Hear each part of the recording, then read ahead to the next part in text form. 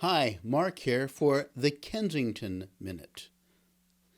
It was an artistic sensation that won the Pulitzer Prize for Drama, the Tony Award for Best Play, and a score of other honors. The play was broadly about loneliness and the devastating effects that AIDS had on the gay community in the 1980s. In fact, a professor of theater studies called it, quote, a turning point in the history of gay drama.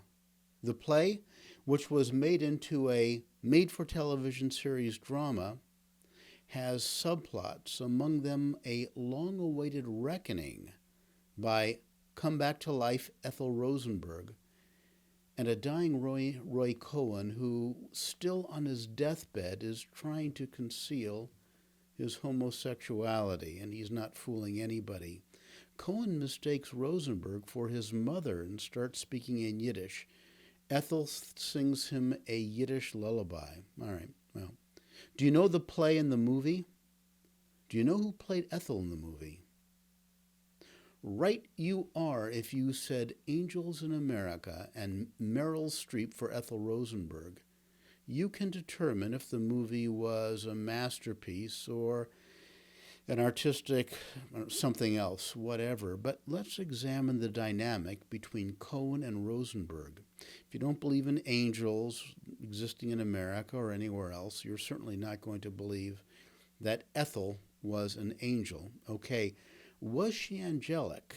Something resembling an angel that is pure and holy and innocent?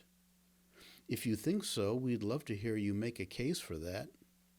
Ethel Rosenberg may not have typed stolen nuclear secrets, as her brother David Greenglass testified, and whose testimony earned her a seat in the electric chair.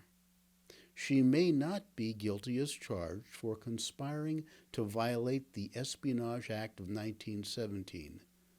And she could have been overcharged and unfairly executed. Fine, reasonable men and women can argue this.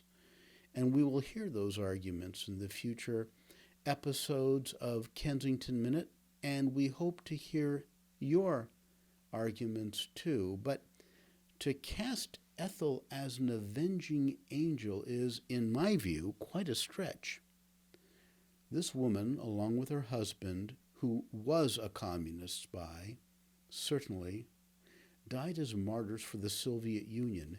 She could have saved herself. This was part of the strategy of the Cohen's prosecution team. If Julius and Ethel gave up some names in the spy ring, they could have lived. They certainly would have lived. They would have done hard time, maybe sentenced to 30 years and serving 15, but they would have lived. Instead, the two orphaned their two sons to die for Stalinism. Yes, you heard me right, Stalinism. In my view, if Ethel Rosenberg is an angel, anybody can be an angel, including Magda Goebbels, who was another story, and I'm not sure you want to hear it right now. In 2014, President Obama awarded the Presidential Medal of Freedom to Meryl Streep, and maybe she deserved it. I don't know. President Reagan gave it posthumously to Whittaker Chambers, which I see as a gallant and deserving act.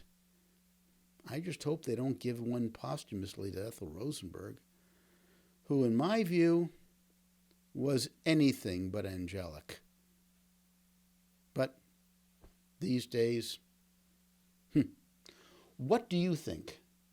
This Kensington Minute does not reflect the official position of the United States government. Be sure to take the Kensington Challenge. Out here.